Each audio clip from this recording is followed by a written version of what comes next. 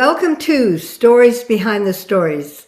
This is the Page to Screen edition. I'm your host, Linda Hughes, and I am so happy to have with me today two authors whose stories you have probably seen on your television screen. We have Barbara Hinske, Bart Baker. Hi, Barb. Hi, Bart. You two How sound are you, like a Linda? team.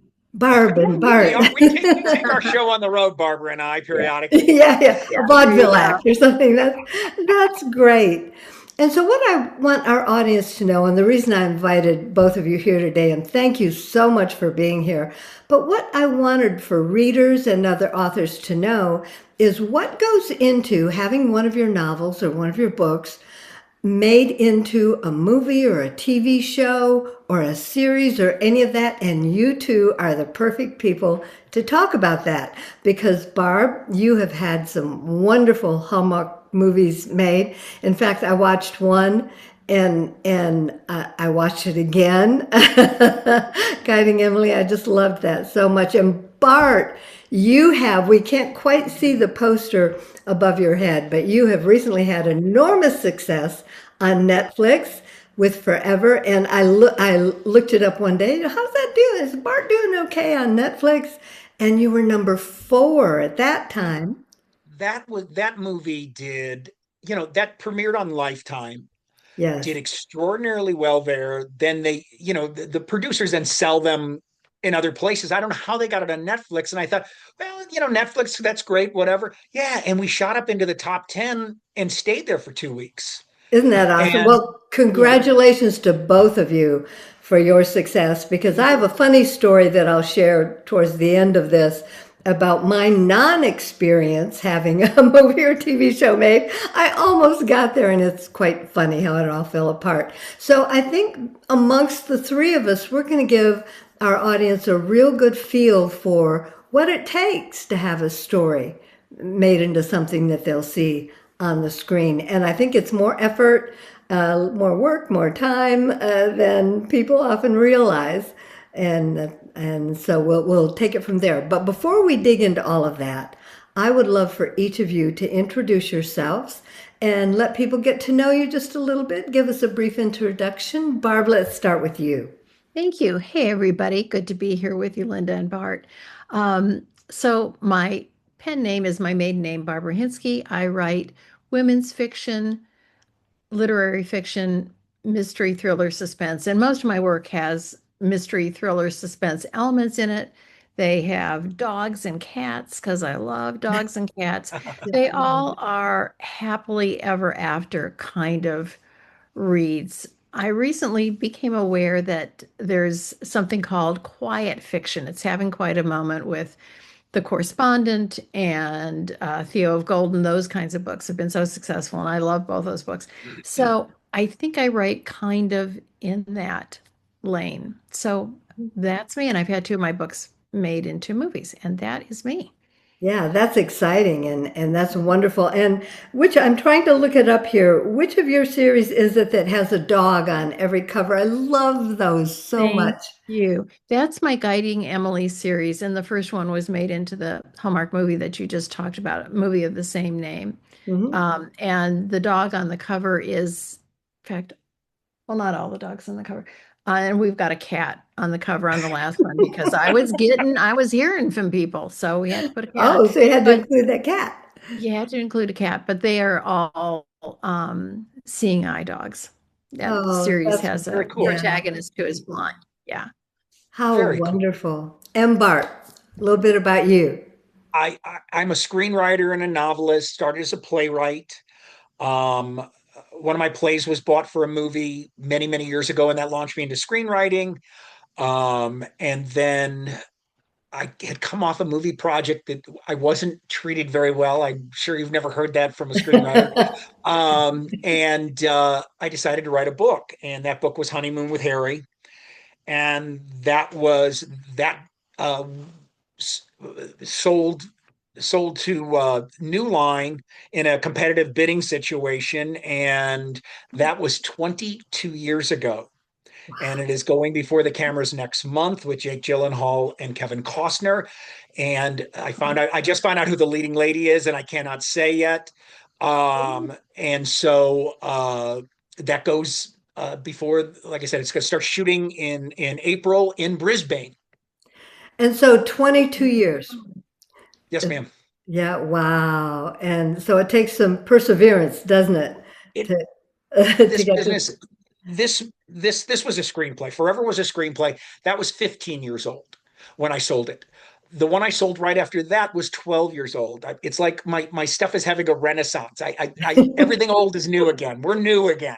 You are a Renaissance man. Yeah, there you go.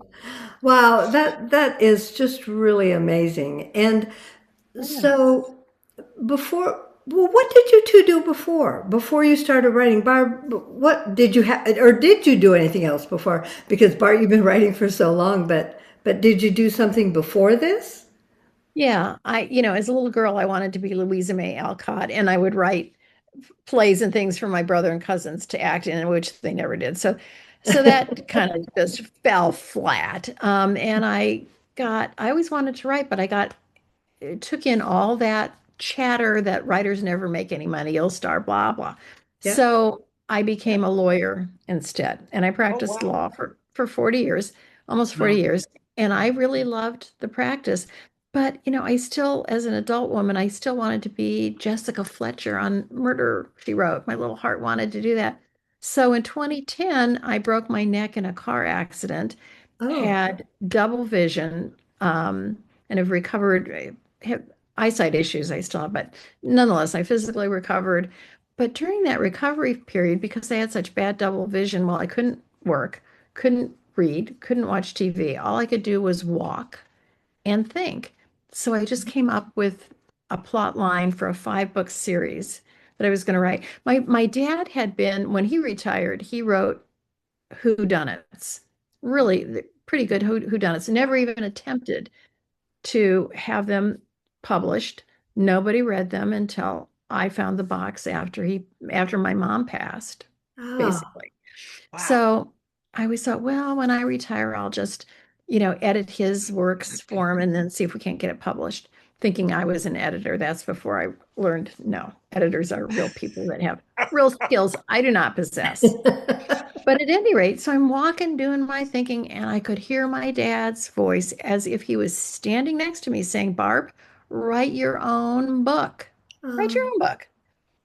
And so I started writing in my recovery period, um, and then worked up the nerve to step away from the practice of law and became a full-time writer. And boy, I wish I had done like a lot of things in life. You think, oh, I wish I had done that earlier, but you can't go back.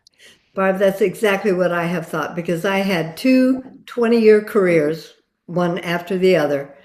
And after that first 20-year career, so often I've wished that I would have started writing full time right then.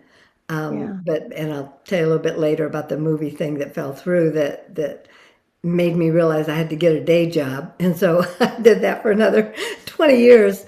And I think that's the story of a lot of writers. That balance between being practical and making Yeah. sure we can pay the bills and Yeah. doing what we love to do. It's quite a challenge to get that done. Bart, how about you? What had Well, you I went done? to when I was, God, I can't remember if I was 20 or 21, but I moved to Los Angeles. I'd never been west of Kansas City.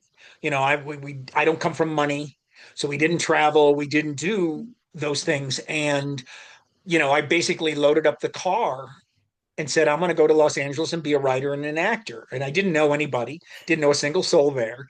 And And it hit that's me about, logical when you're 20 years old, you know. yeah, absolutely. Well, it is because you think about it now and it terrifies me. Hmm. And it literally hit me in Flagstaff. I remember being in Flagstaff in a snowstorm, Barbara, and I'm going, Yeah. when this is over and I drive down this big hill into, heading towards Los Angeles, I don't know what I'm going to do when I get there. Oh But my. it works out. It just, you're young, it works out. Somebody knew somebody, and I spent the night at somebody's house, and you work it out, and I got a real job because I come from, I'm a working guy. I've always had a job since I was a child. Basically, I've always had a job, and I got a job and I worked, and I was writing screenplays while I was doing this. I was going to acting classes. I was in an improv group. We were performing. And so you kind of do that thing you can do in your 20s when you have lots of energy and don't need as much sleep. And then I got really lucky with a couple acting gigs and I ended up on a soap. I had done Oh, some what soap soap work. were you on? I've Yes. done a lot of them, but I ended up on General Hospital in a small role. Oh, But it every day I worked paid my rent for a month. mhm. So I got really lucky over the course, that time. And I said, this is the sign.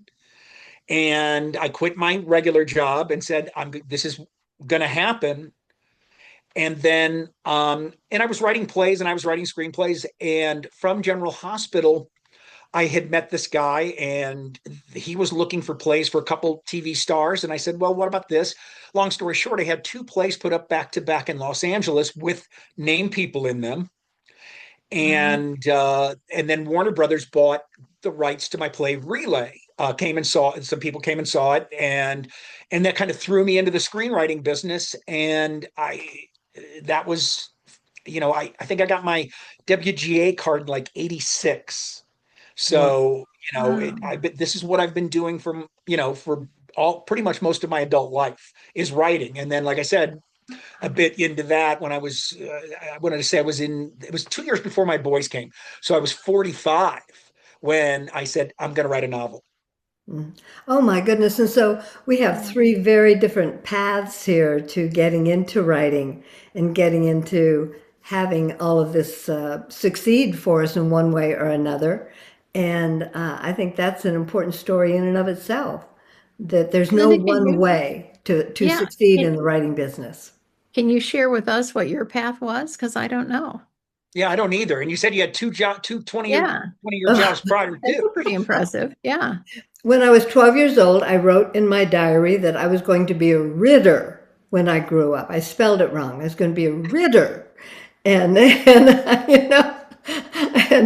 and I thought maybe I wanted to be an actress, but I thought they were unhappy people. I didn't know about all the authors yet who had committed suicide, like Hemingway and others. So I decided I wouldn't be an actress. I would be a ritter, and I would write stories about all these different characters. And of course, being a practical person, I wasn't as brave as you were, Bart.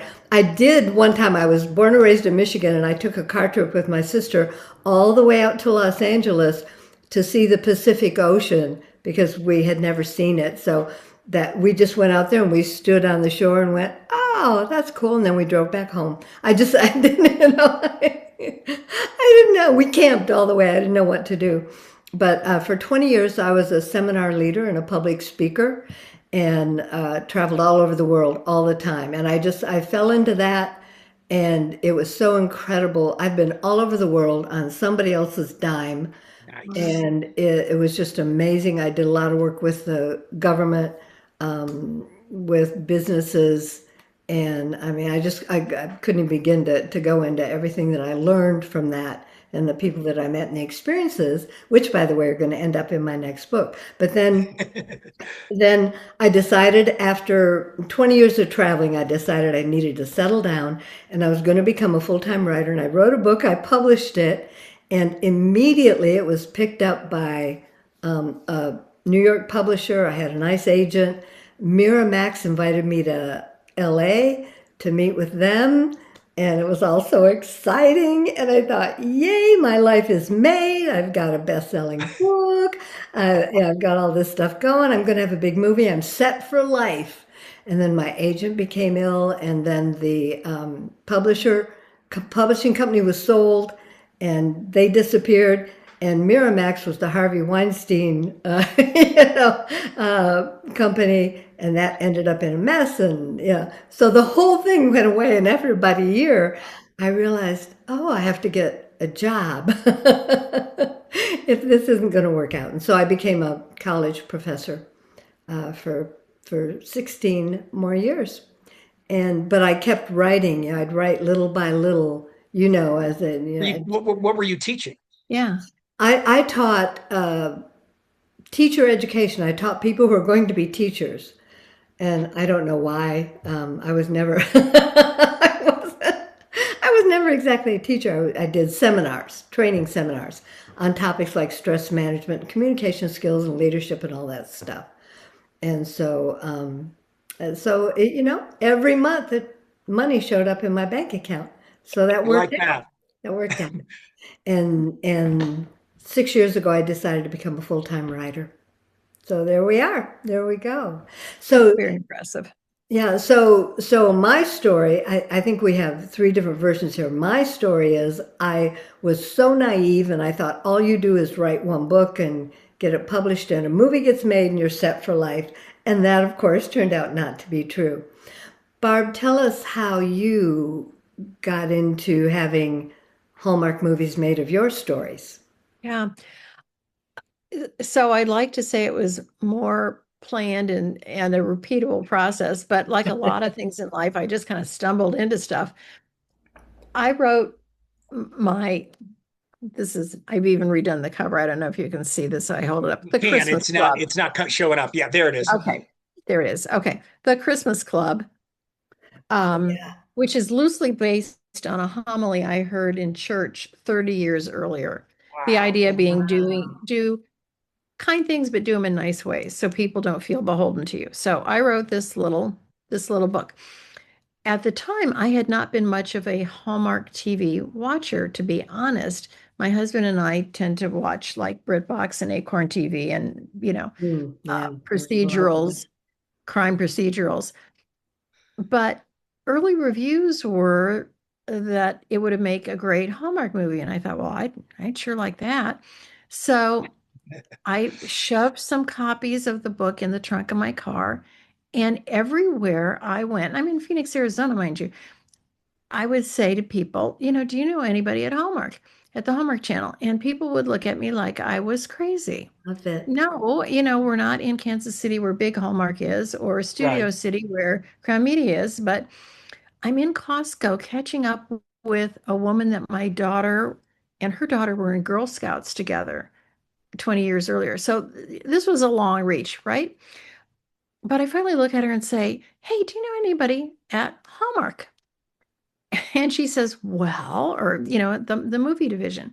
She says, well, as a matter of fact, my next door neighbor at the cabin is John Esquinas, who produces Good Witch. Good Witch is one of their, Yeah. was, I know it still is one of their big success. She said, you want me to give a copy of the book to John? I couldn't get out to my car fast enough. So I look back in, and lo and behold, she gives it to John. And 3 weeks later, we're in screen talks. And this was maybe Awesome. within 2 years of when the movie was on, I published in 2016, movie was aired in December of, or November, whatever it was, 2019. So that was fast. And Wow. then the second book, Guiding Emily, I forked out for a Kirkus review, which I don't do for all my books because I think it's just expensive. But Right. I did for Guiding Emily because I donate half of my proceeds from Guiding Emily to the Foundation for Blind Children.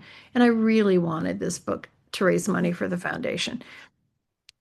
Paid for Kirkus Review. It publishes in June of 2020. We're in COVID then. By August, the executive producers who acquired it read Kirkus reviews looking for stuff. And it appeared in Kirkus Review with a very nice review, and they contacted me. So that one we started going, and I had that one.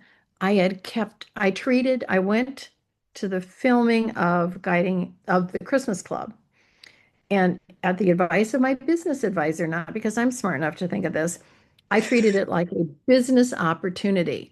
Because he Mhm. said to me, well, do you have your pitches ready? I'm like, no. We used to get pitches ready. So I got pitches ready for everything. I meet John Esquinas the first day and he says, so what else have you got? I'd like to work together again. Oh, Instead of going, I had pitches ready. So, I mean, I had kept, as you well know, movies have a bazillion producers. Yes, they So do. anybody I met, I got their contact information and the directors, all that. So when I came up with Guiding Emily, I thought, oh, I got lots of contacts. This will be easy. Contacted everybody. Universally, it was there's dogs in it. Ugh, no. Hard no, hard pass. It is a pain in the neck to film with animals. Hmm. But, and I did find out on set for Guiding Emily that they were right. It Yeah. is, It it is. is traumatic. It is awful. So they were right about that. But nonetheless, it got made a different way. So, So Barbara, Okay. do you indie produce the or indie write, or are you with an agent? I have an agent. Um, I indie my print and ebooks. She sells all my audiobook rights, Got and it. I did cut her in on all of the screenwrite stuff because I figured she wasn't making enough money on, and I didn't want to lose her. Right. And I feel like that's fair. So But she didn't you did bring your own, any of it to me. yeah. So you did your own footwork. I did my own footwork. Wow. Yeah. See, and I love your Costco story. Thank It's such a great example of how we just have to be aware all the time. Well, And and And more on Costco. So I'm thinking when I did Guiding Emily, I thought, well, Emma Stone would be great as Emily. She's a local girl, and this was before she had success in some really edgy kind of stuff.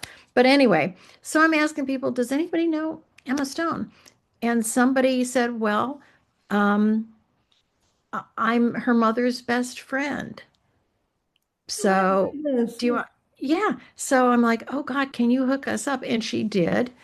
Um, Everything went through Emma's, I don't know, whatever it was. I think it was Anonymous Content or something was the name of it. that would be your management company. Her Yeah. management company, yeah. So I sent it to them. They came back to me and said, "This looks great. What are in the other books in the series?"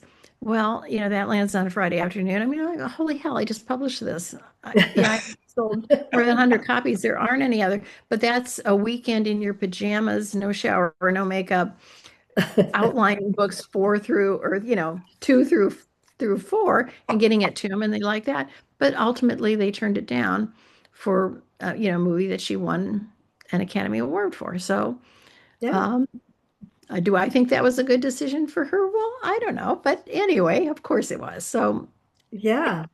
the It Costco got effect, made. So, you know, it got made, and it's been Right. a It was still very great. successful Hallmark movie.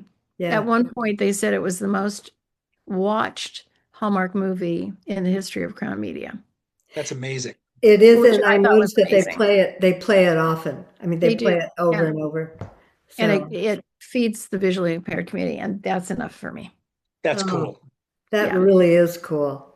Well, Bart, you've told us a little bit about your experience getting it all done. Something came to mind as you were talking, though, Barb, about Emma Stone. Bart, do you, or both of you, do you envision as you're writing who you think should be in the movie of the book?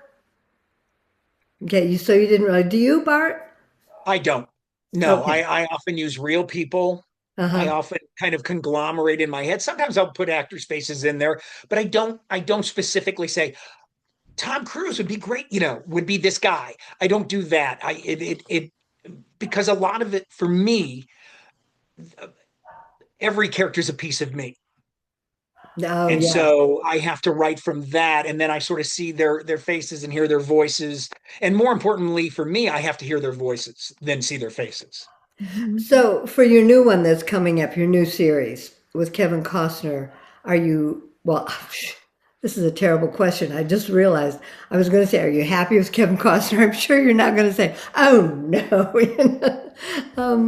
I wish it Well, the was thing Tom Selleck or something. this has a 20-year history because this thing has been sitting for 22 years. Yeah. And originally it was Jack Nicholson and Vince Vaughn. Oh, wow. Yeah. And Wow.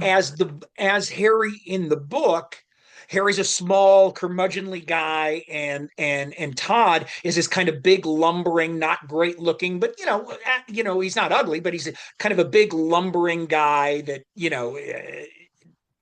tries to find the easy path through life. And they would have been really, really good. And then Bradley Cooper was going to do it with De Niro. Mm-hmm. And after that one fell apart, Bradley Cooper was going to do it with De Niro.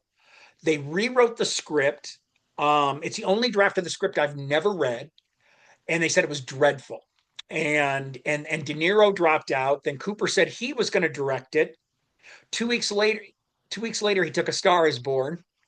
Again, Barbara, you kind of go, I don't know, what which one would be better for you? But you kind of go, and then it laid again, and then I don't know all the machinations, what the producers are doing, because it's not like they call you all the time and tell you everything that's going on. Sure. Um, and then Dan Fogelman, who created This Is Us, wrote Crazy Stupid Love and The Guilt Trip. I mean, he's a big, big, big. He's an 800-pound gorilla in the film and TV business, and truthfully, one of the loveliest people I've ever met in the film and TV business, which is I'm happy to say, because when he got involved, read the book and loved it, and then when I read his draft was my book, like was my book, and I was like, Mhm. kind of, you're both flattered and kind of shocked. Um, and then when I was heading out to LA, and I called the producers and I said, hey, I'd love to meet this guy, and they were like, oh, we can't bother him, oh, blah, blah. I'm like Barbara. I pick up the phone and call his office, Yeah. Good. and, and called his office, and I was like, "Hi, I'm Bart Baker, and I'm trying to reach Dan Fogelman." And they kind of move me to a couple people, and then this guy answers the phone, and I said, "I'm Bart Baker. I'm trying to reach Dan Fogelman," and the guy goes, "Bart Baker, honeymoon with Harry Bart Baker?" And I said, "Yeah." And he goes, "Oh my God, Dan would love to talk to you." I said, "Well, look, I'm coming out to LA, and I'd love to see him." They treated me like they treated me so well, Hmm. and he was so lovely to me. And he at that time he was in the midst of shooting This Is Us, and he had a series on Fox. And he was just so kind. And the reason this is getting made, it's not getting made at New Line, who originally bought it. It's getting made at Amazon MGM, Right. because they wanted to be in the Dan Fogelman business, and that's really the truth. Hmm. And what happened was they can't be in the Dan Fogelman business because he signed some like mega deal with Hulu. And so when he was in meeting with them, they asked him, "Is there anything that you've written that you want to see get done?" And he sent him over the script. And and Costner's been chasing this for 10 years. Mm. And I think Jake Gyllenhaal has a deal with Amazon MGM as well. So I'm guessing, I don't know the behind the stage stuff, that somehow they married that, that they gave him the script and he said yes. And even before he said yes, it's the joy of having friends in Los Angeles. One of my friends from Clubhouse, no less, he's a film guy, and he said, I'm in a meeting over at Gyllenhaal's office, and all they're talking about is how they can schedule Honeymoon with Harry into Jake's schedule. And he said, so they're trying to make this work. And it's funny, this is just a guy I know from Clubhouse. So, so that's how I find out, you get all this, like, so they made it work, and now they're all down in Australia. What I'm getting from what you're saying, Bart, I mean, that is so interesting to hear, is I'm hearing that we have to be thick-skinned, and yet we have to be really, I mean, genuinely personable and willing to be open to building these kinds of connections and friendships, and not just for business sake, but for the sake of learning and growing and knowing what this is all about. And the perseverance, the just sticking with it Oh, until it gets done. And we can't let our feelings be hurt when it yeah. doesn't work out or when somebody does say no, right? Emma Stone So couldn't many do it. things hurt. We're going to get our feelings hurt in this. I Yeah, mean, it's yeah, part of the process of just doing this. If nothing is made, it's never going to be my book. right, My book is my book. And that was one of the reasons right, I yeah. started writing books. is Yeah. because I Oh, wanted something that was mine. The Yeah. screenplays are meant to be something else. For a screenplay to be successful, it has to get made. right. And it's And so, yeah, so that it's not the final product. The final product in the book is what you put out. And I love having that beyond owning the IPs, which I think are very important for us. the Um, intellectual property. So right. we own it. Yeah. So we own it is also that this whatever story you're telling, that's your story. And Barbara knows when you sell it to Hallmark or anyone else, things are going to go. A book is thick. A movie's, a Hallmark movie's 86 minutes and 30 seconds. Right. And, somebody has to be able to distill the essence of those books Right. down to 86 minutes, still tell the story. And I did a Hallmark movie with a dog too, Barbara, so I understand. There Oh, was Yeah. a dog in mine too. Mine was a military dog. So yeah. And the Yeah. guy was supposed to be like the dog was like his companion. And the dog could have cared less. Yeah. well, When you see let it. me tell you, Bart and Barb, about, and this goes along with what you're saying, Bart. A friend of mine, one of my very best friends, had a movie made of her biography, Myra Lewis Oh Williams, boy. and this was in the 1980s, a long time ago. And it was her life story. She wrote her biography, and they invited her, and you talk about once you sell it, it belongs to somebody else now, and Right. they have to. Of course, they couldn't tell her whole life story. They had to condense it, and they changed it and tweaked it and did all kinds of things. And so they invited her on set to watch as they were filming the movie, and she started to cry. And she told the producer, "My life wasn't like that." And he said, "Well, it should have been." And so, and so that, and she loved the actors. Dennis Quaid and Winona Ryder played her. It was Great Balls of Fire, Sure. and she had married her cousin when she was 13 years old, a rock and roll star. But she always got a kick out of that. She just finally gave up, threw up her hands and went home and said, "Well, the check cleared. They paid me." Live to fight and another day. That's my right, theory about all of this. Live to fight another day. Just I keep, know it. so you can keep writing and keep producing Right. material. Well, And that's what she's done. She's written another, now all these years later, written the real story, and she's just hanging on to that one. Barb, you had something about that. I was just going to say, I had two things. I always get so amused when people say, particularly the Christmas Club, they changed it a lot. And why did you let them do that? Why did I let them? Hello, I'm a no-name nobody. And I knew that Hallmark wasn't going to do anything that I was going to be ashamed of. Hmm. So, other Right. than that, shut up. And when I went to the set, I've been to both sets. Where did they You shoot those? Can I ask, Barbara? in Canada, I've been Okay. to That's what I wondered. Winnipeg Oh, yeah. and Victoria. So, Yeah. Mhm. Victoria was lovely. Anyway, my husband and I go. They invite you on for one day, and my wish was always they're going to let. I always made like 2 weeks worth of hotel reservations to see if I couldn't, finagle my way in to being there for the rest of the shoot. And I did. And my husband and I did that. He is personable and charming and kind. So I'm a little more reserved. He's very good with that stuff. But mainly all we did was praise everybody for everything. This is not the time to say, oh, I think, you missed the boat here. No, that ship has sailed. Right. That ship is on the Yeah. first movie. At one point, they were filming a later scene and they turned around and Brian and I were both crying. And that cemented it for us because in that video village, they're operating in a vacuum. Everybody that's working together knows what the script is and they're concentrated on just the logistics of getting it out there Hmm. versus what somebody viewing it would be. And here we were surrogates for people who would view it. And after that, they were wonderful. And on the second one, we were in Victoria and we got there late one day because we went to Butchart Gardens. And when we got there, like, we were so worried about you guys. We thought something happened to you. So I thought, okay, that was nice. Um, Um, yeah, so you got to just suck it up and not worry about the mhm. changes they make. I wanted to ask Bart, so I mean, once your movie gets out there, your script, there's a bunch of different hands in the Oh pot. boy. Yes. And yours aren't. Do you have an agent that watches all this stuff, or do you watch it all, or do you I, just let it happen? I let it go. I've been doing this a Okay. long time.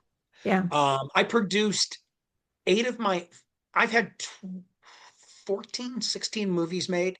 So I produced some of the Wow. early ones. I produced them. I actually was on set and did the Oh, stuff, wow. learned the business, and learned that I was terrible at producing and I got too emotionally involved. And for a writer, Oh. there's nothing to do but get in the way.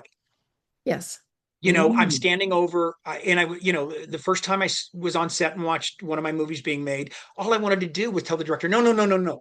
And I stopped myself the whole time. Yeah. The second time I did it, I was really lucky because the first movie I got made spawned two sequels. It did really well. We did a Wow. second, that did better. We did a third. The second movie was directed by Bill Bixby. God Oh, bless him. Yeah. And Bill was again one of the nicest people I'd ever met, and was very much a mentor for me. And I would go to him and say, "This isn't working."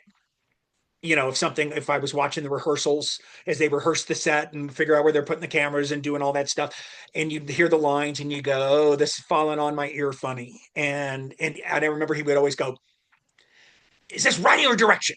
And if I said it was the writing, he'd say, "Will you mess up my lighting if we rewrite this?" And if I said, and I would go, "No, I won't mess up your lighting."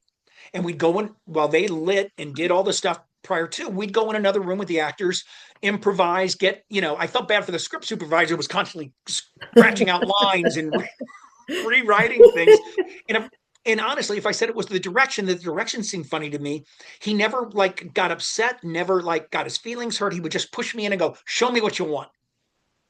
Mm. And I would, Wow. I had been on enough sets to know how to map it out for him. I said, I think it'll be easier when we get out of here early, and that was always a big thing with him. He'd walk on set every day and look at me and smile and go, "I have dinner reservations at 7."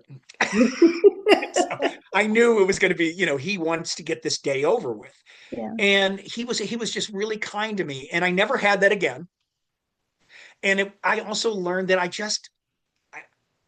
I, I didn't deal well as a person, and I'm not going to name names, with people who were making an enormous amount of money behaving like bad children. Yeah. Oh, When yeah. and so I had on two of the movies I had words with people. On three of the movies I actually had words with people. Ooh, I wish Uh, I had that on recording, but Yeah. oh. and I just decided, you know what? I really prefer just to sit in my shorts and do what we do. Yeah. And let them make their movies. Let them, and truthfully, Barbara, I don't know how you feel. We live with these things for a long time. Yeah. Our books and our scripts, so everything we write, we live with for quite a while. But I'm very good at watching the final project as just its own thing and Yeah. recognizing that is that. And I judge it on the merits of that, not on the Mhm. merits of what I did or my book, because I don't Mhm. think there's a fair comparison there. I mean, Right. we can go into the heads of people. A screenplay, the hardest thing about a screenplay a lot of times is finding a way to get what's in a character's head and physicalize it some way. Yeah. And so, I applaud people that do it well. I have to do it when I write. I've adapted two books of other people, so I know what that process is. Um, and I want the best for the movie to be the movie. Yeah. And your movies have been great, I, so it's I've been very worked. blessed. For the Yeah. most part, especially recently, I have been, you know, I had a lot of success early in my career. And now I'm 66, turning 67, and I'm suddenly having this success. I've got a movie to start shooting today, Wow. and that's not Harry. This is Oh. another movie that I wrote. Start shooting today. And the only reason I know it's shooting because again, I don't know what they're doing. Once I wrote, I heard the director did a rewrite on the script, wanted to do a polish on the script.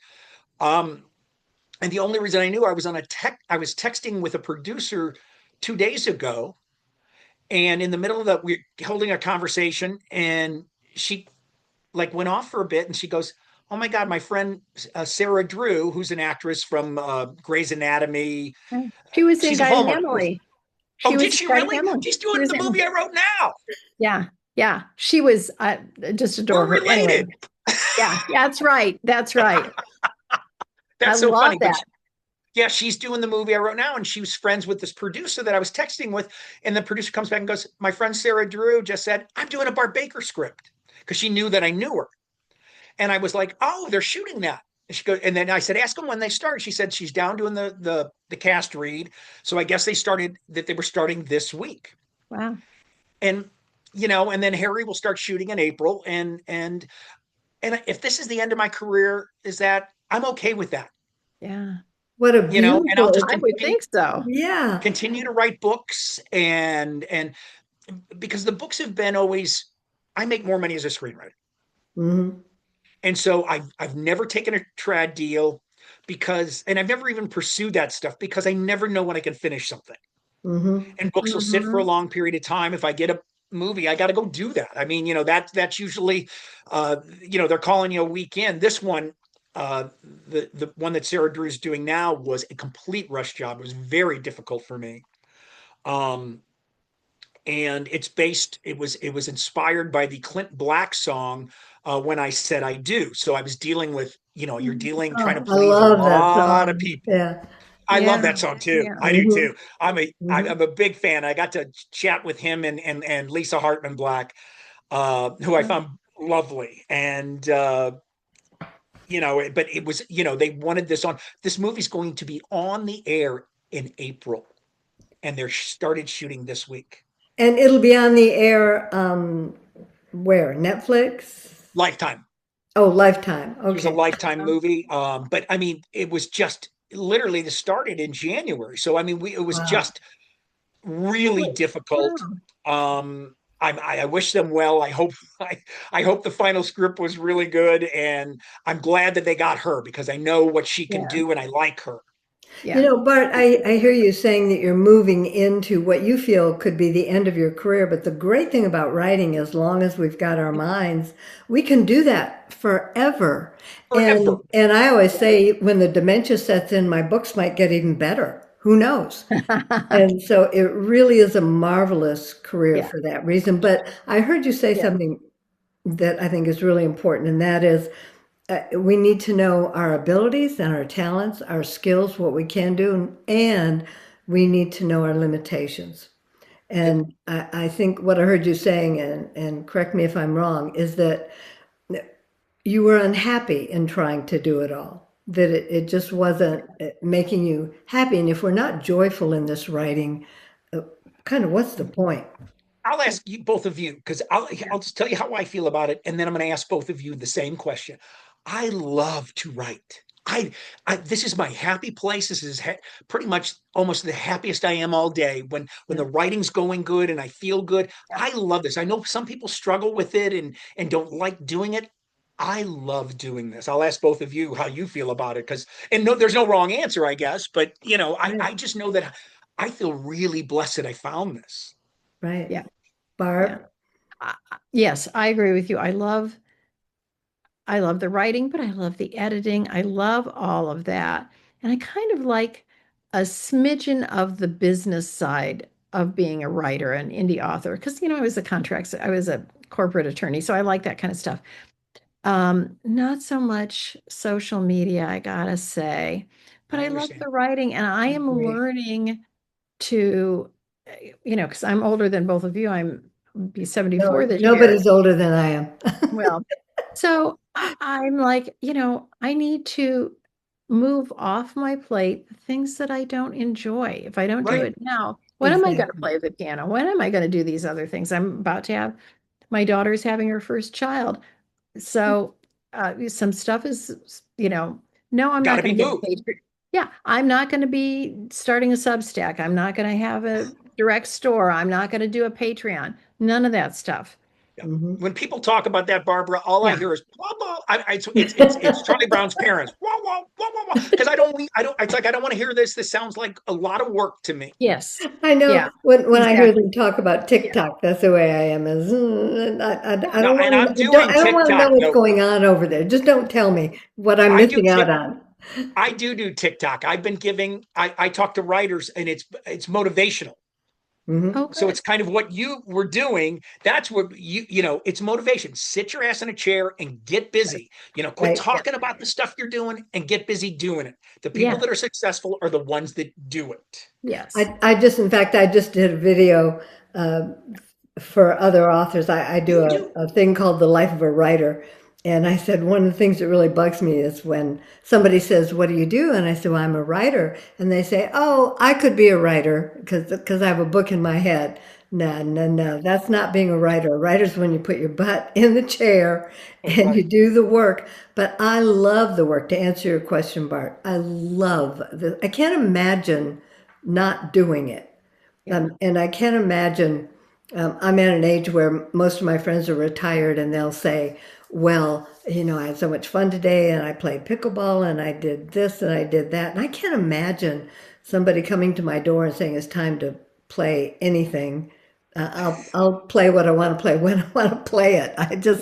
I love having this life that's my life and I'm in control of it and I Yes. can do what I want to do when I want to do it. And the writing part is just such a joy. I feel relief because I've had all these characters and all these stories in my head. Do you ever feel that way? I've had all these stories in my head for so long. It's a relief to get them out. And my hope is that they bring some kind of joy and happiness to readers, and knowing that that's happening is the most wonderful feeling in the world, isn't it? Isn't Yes. it just great? Yes.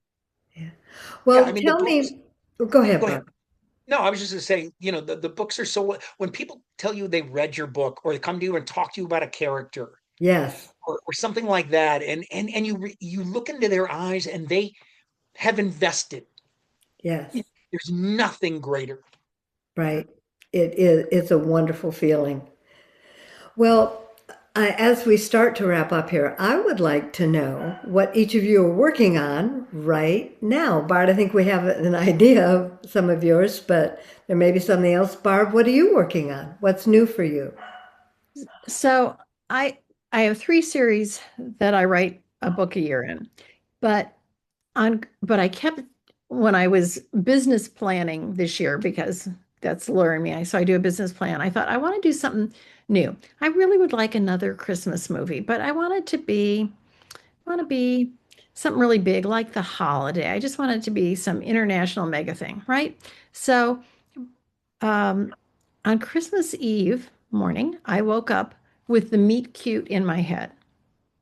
And I thought, okay, all right, well, I'm going to write this. So I'm writing that book now. I'm being very intentional, I think, we'll see, to not overuse worn tropes, to have something original with it, and to have some really nice locations in it. I've never really written to market before, but Mhm. I'm trying it now. When you talked about, when somebody comes to you and tells you they've read your book and talks about it, I mean, okay, so as writers, we're not curing cancer. And I Right. agree that those things or we're not affecting world peace. Those are higher order things. I will stand aside for that. But when someone says, I read your series when I was in the waiting room of the hospital while my mother was dying, and you gave me so much comfort. Okay, that's good enough for me. We Okay. are making such a contribution in our books and our movies, and all of that is a worthy endeavor. And I'm proud of it. Barbara, there's a line in the movie Rent, and I don't Oh, know where it comes from, or in the play, where they say Yeah. the opposite of war is not peace, it's creation. yes, Oh, And that yes, affected my soul in many ways. I thought what yeah. we do, creation is extraordinarily important. because the opposite of it is death, is destruction. Mhm. And so what we do, yeah, I agree with you. Yes, we're not curing cancer, and I get the levels of what we do, but there is some nobility to it because Yeah. when the world's upside down, entertaining people or giving them something to cry or laugh or Mhm. feel, even scare, even if you just want, if you're a horror writer and you scare them, to give them those outlets, I, there's Yeah. some nobility in that. Yeah.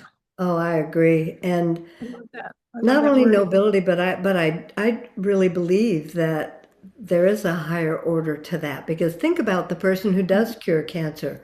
Where did that person learn about caring for other people enough to go into that profession? Yeah.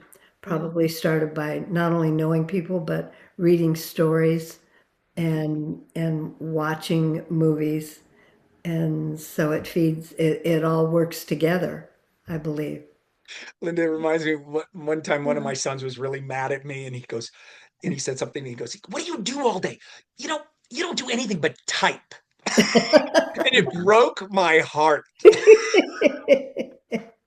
That's so I was cute. like, you could say nothing meaner to a writer than that. Yeah. And I remember being in high school. I don't know if y'all remember this, and they forced us to learn to type. And I remember thinking, I'm not going to be a secretary. I'm never going to use this. Never. Yeah. I was just so Same. insulted. Well, Same. Bart, Thank are you God. working on anything new that besides what we've heard about? Well, I got a book coming out in April, so that's done. That's Uh-huh. the second in Wait, my in what's my the Bitches Get title? Stitches series. Excuse me? What's the title? Come Yeah. on, plug the book. Bitches Give Stitches. The first book was Bitches Get Stitches. Second one is Oh, Bitches Give Stitches. Third book will be Bitches Got It All Sewn Up. can Oh you? God, Oh, I oh, I love that. love that, and I love the Yeah. first one, and I have a copy of it somewhere here. Show me your books. What you got? What you got on hand? What do I got? Well, this is the Yeah, first book. bitches. This is Hey, this is the and one coming. wait. Okay, put the first. Well, I guess the second one too. Okay, I got a kick out of. Okay, one of them I saw they wouldn't type the word. They wouldn't use the word I bitches. had to go and change. This is the original cover because I used the That word. was I funny. used the word, and nobody would take an ad. And I suddenly I'm like, oh my gosh, I Yeah. never thought of that. Yeah. I Yeah, never Yeah. thought that that would be a problem because to me Yeah. that's just that's not. So now I take out the there I. you go. Yeah. So that's the second book, and I came up with probably one of the best ideas I've had for a screenplay in ages, and I was like, it's very timely, and I thought I'm going to write this. I've got to write that. I haven't written. I've been working on the movies I've been working on have been basically some, either rewriting old ones that were going towards production or like writing this When I Said I Do, with 1,000 notes from 1,000 different people. This is I get to write something of my own, and then I got to go back and do the third book that I have mapped out in the Bitches series. And then then I want to do some standalones. I love writing series, but I'm a stand. I think I write better standalones. But I wrote Hmm. Three Harrys, and the only reason I wrote Three Harrys is because after the first one, when you were doing book signings, and there's a little boy in the first book, and everybody kept saying, "Oh my God, that's his son! That's his son! That's his son!" And I was hearing this at book signings, and I'd look at people like, "What are you talking about?" And when you hear something 20 times, you finally go, "Well, yes, you're so smart." And I I thought, knew that all along. Yeah. what a great, and it kind of like got the wheels going. And I thought, I know what the second book is. I know I can keep this going. They're both still alive. I can keep this going. And Yeah. ended up writing 3 books on in Harry. And it was interesting when this thing finally got greenlit. And as they're heading towards production, the producer called and goes, "I hear there's 2 more books now." And I said, "There are, Ah, there are. Just see, keep that Yay. in mind." this could go on for a long time. Oh, Yay. from your mouth to God's ears, that would be Yeah. fun. I love that. Well, I told you before about the career I had where I traveled everywhere, and I did a lot of work with the government and the military, and I just happened, just totally coincidentally, as a trainer, happened to make friends with and fall in with some folks who were spies. They Oh were wow. undercover. Wow. And I've never been able to write about it because their work was secret. It was undercover. And just recently, I've been given permission to tell the stories of the women who worked as spies that Okay. nobody ever hears about. And these women put their lives on the line. Yeah. And so I've made it fiction, and I've got one character who's the main character. And the first book is Double Duty, and it's a trilogy. But I'm so excited that they finally said, because I ask all the time, can I tell it now? Can I tell it now? And and they would say, no, it's dangerous, or it was a secret, or we pledged never to tell. And finally, uh, one of them especially came to me and said, "Okay, it's time. You can tell Wow. these stories," and it's Oh, just neat. I'm so excited I to be would able be to do too. this. So yeah, and Is so it they're inspired by real life stories, but it's fiction. And you're So going is to it write them as women, out? I guess, women's fiction, correct? women's fiction, yeah, spy adventure, espionage. Right. Yeah. Is Adventure. it out yet? Is the first book out yet, or when does it launch? No, it's half written and half in my Okay. head. The other half is still here. Yeah. Not, so I hope this spring. I'll get it done by this spring. Excellent. Very cool. Yeah, I was really excited about that. Well, you all have been such a We didn't ask. delight. I want us all to be successful. Then we can all vacation together. Right, right. Yes. That's my theory Yeah, of life. Yeah. It's It would not a be, closed group. and it's no, not a competition. Yes. no. I can't write Barbara. I can't write Linda, Yeah. Hmm. and neither of you can write Bart. So it's like, Right, why not help each other? Yes. right. It's we're not. Exactly. I said if like you two were going up for the same role as an actor, then you'd go, okay, I don't know if I'm going to tell them about this audition. Yeah. I'm not going to tell my friend about that audition. That Sure. doesn't work for writers. Yeah. We should be the most generous people because we all write different stuff. We all write differently, Hmm. and everybody's gifts are different. Right. Yes. Yet, so I love when I can help people. That makes me, the older I get, the more that makes me even Yeah. happier than finishing a book. Yeah. Well, thank you for Yeah. that from all of Yeah. us. I You're mean, so generous. that's Yeah. marvelous.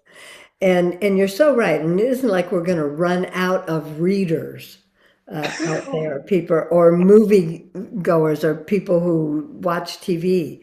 Right. It's endless. Well, thank you both so much for being here. What a delight. And I'm looking forward to all of our movies. I'm looking forward to us all going on vacation together someday. There we go. I would love that. Yeah. And that would be fantastic. Any Yeah. final words? I know how we should wrap up. Tell our audience how to get a hold of you, and I'll put that in the description for this video as well, so everybody knows how to contact you, however you want. But what final word? Okay. Well, I'm at Go ahead. www.barbarahinsky.com, and I'm on Facebook as B Hinsky, Instagram as Barbara Hinsky author, and that's where I live out there in the universe. And Excellent. I am Bart V as in Victor Baker.com. That's my website. But I'm on Facebook as Bart Baker. I'm on Instagram as there is another Bart Baker, so who is famous doing music video parodies Oh, okay. and made a whole bunch of money. This guy's like a multimillionaire from doing these things. So I'm the first Bart Baker on Instagram, and I think I'm the first Bart Baker on TikTok as well. So That's excellent. Well, You Barb, probably have an IMBD. You have an yeah, IMBD. Is that I right? do have an Yeah. IMDb page. Yeah, absolutely. And that, oh yeah. so if anybody wants to know my movies, that's accurate. Oh, Except for oh, the two, except for the new one though. Those Lifetime movies usually they don't put them up there till almost when the movie's coming out, which is interesting. do you have one of those pages too, Barb? I would Yes. imagine. Yeah. Much smaller, but I'm very proud of it. And I have yet to have one, but maybe But someday. you will. Well, yeah, Barb and Bart, thank you so much. It's been It's such a pleasure. And we been a shall meet delight. again. Thank you Yeah. so much, Thank you Linda. so much. Barbara, Sure. Yeah. and Thank I you will both. talk to you both. I'll see you both in mornings, and I'll talk to you both Yeah, soon. Okay. we Take will. care. Thank you, Bye. Linda. Bye.